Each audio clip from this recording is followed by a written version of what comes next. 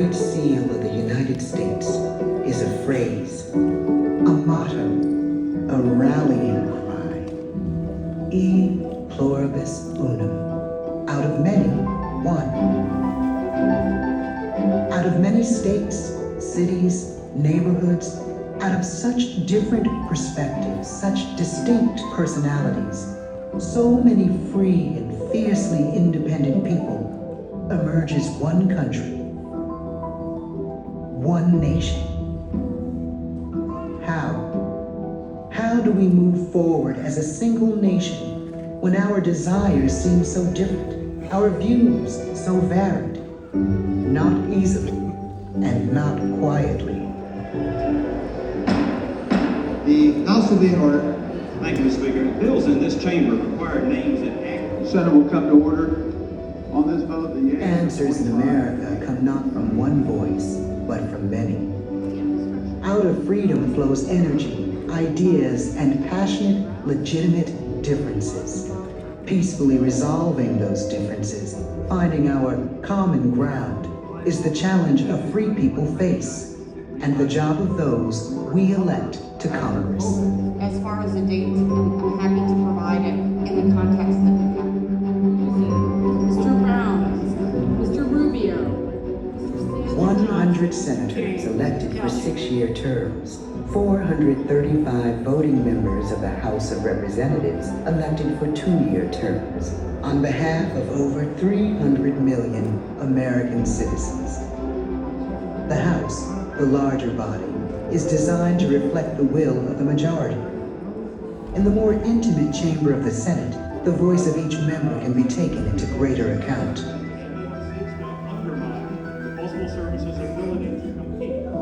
Our job should be to set priorities in this Congress. We should say The formation of the laws and policies we live by, the balancing of beliefs, opinions, and desires, happens here, in the full dialogue and debate of a freedom hard-earned. Incredible urgency.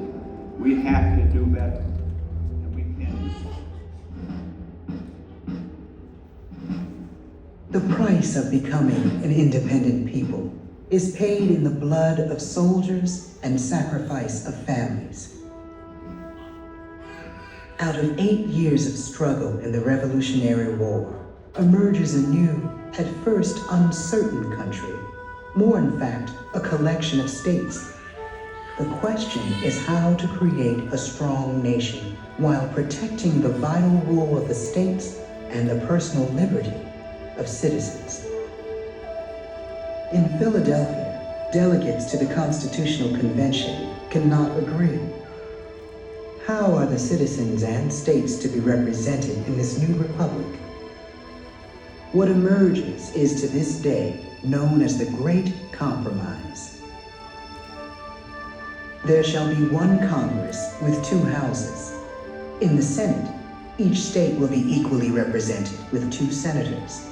In the House, each state will have a number of representatives based on population. The Constitution of the United States creates 3 equal branches of government: Congress, the presidency, and the judiciary. And Article 1 makes clear that Congress is the branch most directly connected to the people.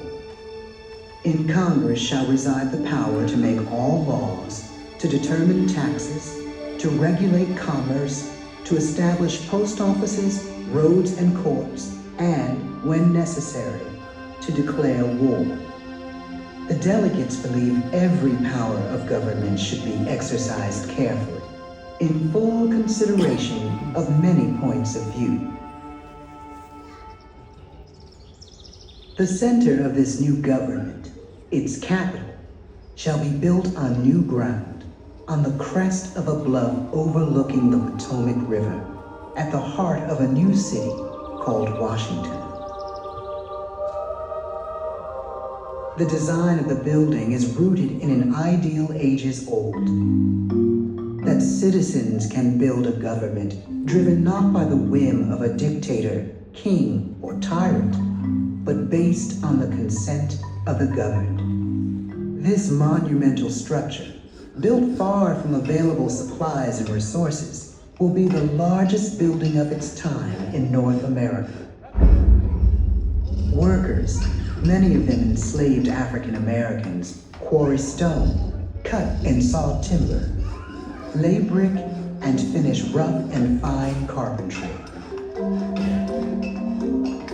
By 1811, the capital of the United States houses in its north wing the U.S. Senate, in its south wing the U.S. House of Representatives.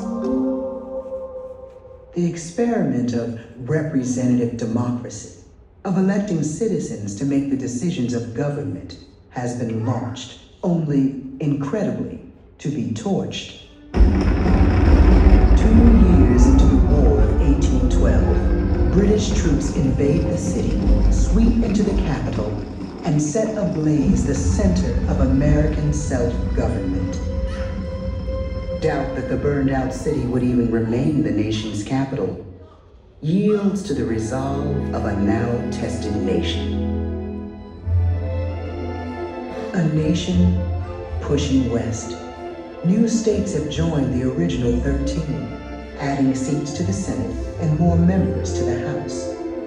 Congress is where the issues of building a nation unfold.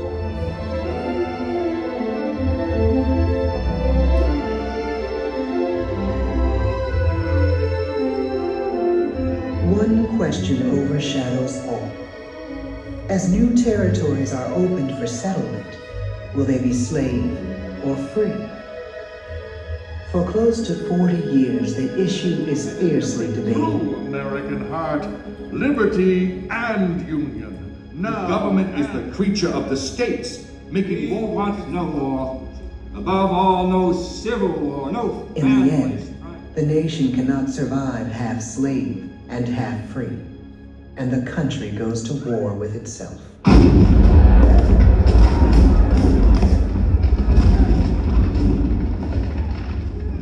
The frame of the great dome of the Capitol sits unfinished, but the builders decide to continue, trusting that the nation will endure, that this is not the time to doubt America's future. President Lincoln takes heart. If the people see the Capitol going on, he says, it is a sign that we intend the Union shall go on. Soon, the dome of the Capitol is topped by the statue called Freedom, defining for the ages the national skyline.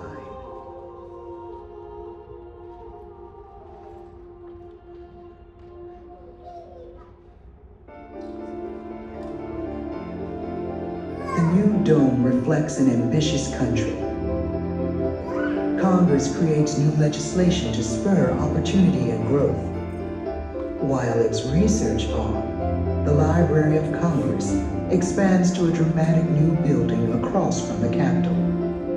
Also continuing to grow is the basic right within this form of government, the right to vote. In Congress, we debate who gets included. Through congressional hearings, constitutional amendments, and landmark legislation, the right to vote will be expanded and protected. The process of seeking solutions to the nation's problems and unleashing the nation's possibilities unfolds over time.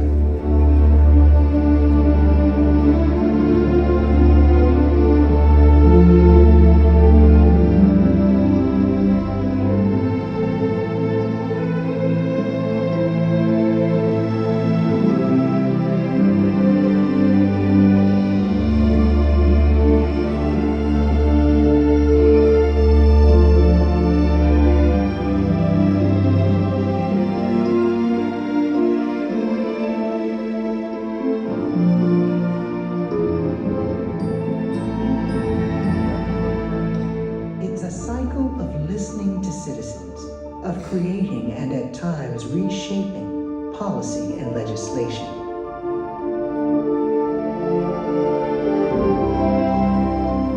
Some bills pass easily, reflecting a wide consensus. Others pass narrowly. Not every idea should become a law. And with time and perspective, some laws are changed or replaced with new legislation. Through the work of Congress, ours is a government of, by, and for the people. We change our prospects and advance our cause through what happens here.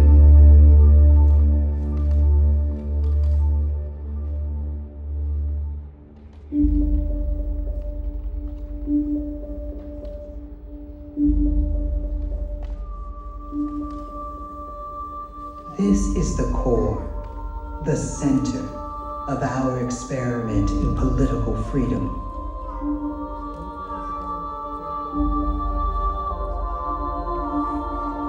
Curving walls set on a foundation graceful and granite hard. The artistry and care of many hands over time reflect our history and celebrate the nation. We inaugurate our presidents here and come to bid them and others farewell. The U.S. Capitol is our national stage. Please raise your right hand. Do you solemnly swear that you will support and defend the Constitution of the United States? Mr. Carter, Mr. Heinrich. We, the people, are represented in the votes of the members, the cadence of the roll call, the balance between prudent compromise and bedrock beliefs. Congress is the crucible where views and ideas from every corner of the country are expressed, examined, and debated, considered, and considered again. Congress is where we can find our common ground.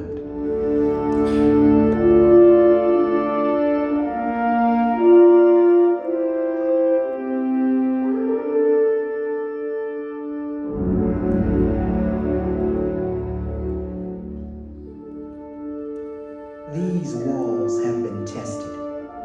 Their strength does not crack. E pluribus unum.